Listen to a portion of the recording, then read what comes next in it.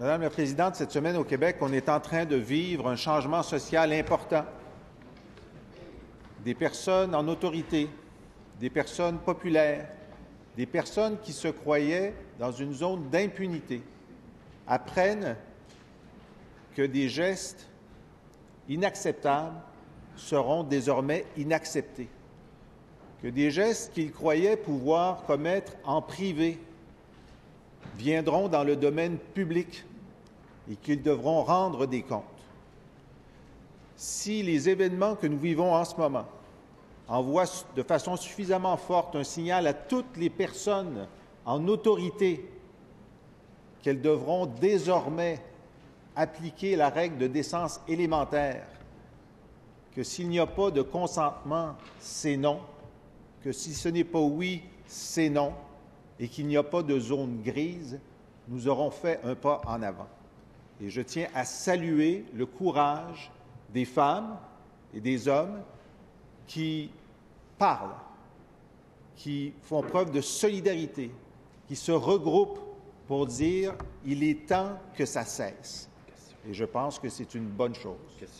Maintenant, nous savons qu'un certain nombre de groupes de centres d'aide aux agressions sexuelles ont besoin de financement supplémentaire de 5 millions par année. Est-ce que le président du Conseil du Trésor... Madame la ministre de la Condition féminine. Oui, Madame la Présidente, je veux saluer la question du chef de l'opposition. Je salue le fait qu'un homme, un chef de l'opposition, prenne la peine de parler de cette question. Je le salue et je le remercie. Je connais vraiment son côté féministe et je l'apprécie d'autant plus. Une fois qu'on a dit ça, effectivement, ça va prendre de l'argent supplémentaire. Ça prend, quand il y a des vagues de dénonciation comme ça, que l'on salue, mais qui sont lourdes de conséquences pour les femmes et pour les hommes. Et je salue aussi le fait qu'il ait mentionné les hommes, parce qu'il y a des hommes aussi qui sont dans cette situation-là. Il y a des personnes handicapées, il y a des communautés autochtones, il y a les groupes LGBT. Et oui, la solidarité du réseau social, j'ai parlé tout à l'heure de grandeur et misère des réseaux sociaux. Dans la grandeur, il y a peut-être cette solidarité où les gens osent enfin et on ne peut plus rester immobile. J'aurai le plaisir, après la période de questions, d'annoncer quelque chose avec ma collègue responsable de la santé publique. Ça me fera plaisir de faire un bout de chemin sur cette question. Merci. En première complémentaire, Monsieur le chef de l'opposition officielle. Je salue la réponse de la ministre responsable de la Condition féminine. On sait qu'à chaque fois qu'il y a de ces événements où les dénonciations se multiplient, les organisations d'aide aux victimes d'agressions sexuelles sont débordées. Par exemple, Viol Secours à Québec a pour la première fois en 40 ans une liste d'attente. Après la vague de dénonciations à l'Université Laval, 50 % de demandes de trousses médico-légales de plus. L'ensemble des 43 centres d'aide disent qu'il leur manque 5 millions. Madame la ministre de la Condition féminine.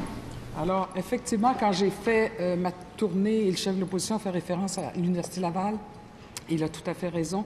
Quand j'ai fait ma tournée, c'est une des choses, évidemment, qui a été demandée et expliquée et justifiée. Et c'est pour ça que quand nous avons déposé la stratégie pour contrer, prévenir les violences sur les campus collégiaux universitaires, nous avons annoncé 23 millions de dollars de plus, à l'immense satisfaction, je peux dire, des institutions d'enseignement supérieur, parce que très souvent, on parle de l'université, c'est là que ça se passe, c'est là que les étudiants ont besoin d'aller parler, d'être accompagnés. Ça ne va pas toujours en cours, ça ne va pas toujours jusque-là, mais il faut les accompagner et c'est ce que nous faisons. Et attendez, après la période de questions, nous faisons un pas de plus dans cette direction. En deuxième complémentaire, Monsieur le chef de l'opposition officielle. Nous serons très attentifs parce qu'effectivement, de l'argent a été annoncé, mais pour l'instant n'est pas arrivé dans les groupes. Alors, je compte sur la ministre pour accélérer ce processus. Par ailleurs, le Québec en entier demande, et je m'adresse au ministre de l'Éducation, la généralisation du cours d'éducation sexuelle. Et dans ce cours d'éducation sexuelle, on parle de vie affective et amoureuse, de violence sexuelle, d'agression sexuelle, de globalité de la sexualité. Quand ce cours sera-t-il obligatoire partout au Québec? Monsieur le ministre de l'Éducation. Merci, Madame la Présidente. À mon tour de saluer la question du collègue chef de l'opposition officielle et également son préambule en lui disant que je suis tout à fait en accord avec ce qu'il dit. il y a depuis 2015 des projets pilotes qui, effectivement, ont été mis de l'avant, puisque, malheureusement, les cours d'éducation à la sexualité, Madame la Présidente, ont été retirés dans les années 2000. C'est bien malheureux, mais c'est ainsi. Alors, depuis 2015, il y a un retour. Il y a eu un projet pilote. Malheureusement, pas assez d'écoles, Madame la Présidente. Il y avait à peu près une trentaine d'écoles. L'an dernier, je l'ai ouvert à l'ensemble des écoles du Québec. Il y a un peu plus de 200 écoles qui ont dit oui et qui, maintenant, enseignent ces différents contenus à leurs élèves. Je voudrais que ce soit l'ensemble des écoles du Québec. On va faire ce qu'il faut. Terminant. Mais on ne pouvait pas passer, Madame la Présidente, de 30 à 3 000. Il fallait faire... En troisième complémentaire, Monsieur le chef de l'opposition officielle. On comprend, Monsieur le ministre, qu'il y a eu d'abord des projets pilotes et que l'année prochaine, les écoles qui le désirent vont l'offrir.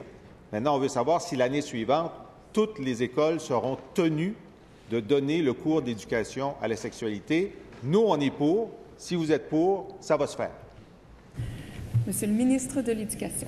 Oui, Madame la Présidente, distinguer une chose, on n'est pas en présence d'un cours, on est en présence d'enseignements, de matières qui se retrouvent ici et là dans l'ensemble du parcours scolaire d'un enfant. Elle est là la différence et elle est là la difficulté d'application maintenant. Une fois que j'ai dit ça, Madame la Présidente, dès cette année, l'ensemble des écoles du Québec pouvaient adhérer et inclure dans leur programme ces cours. Mon souhait, je l'ai déjà dit, si je peux, dès l'an prochain, je souhaiterais que ce soit obligatoire.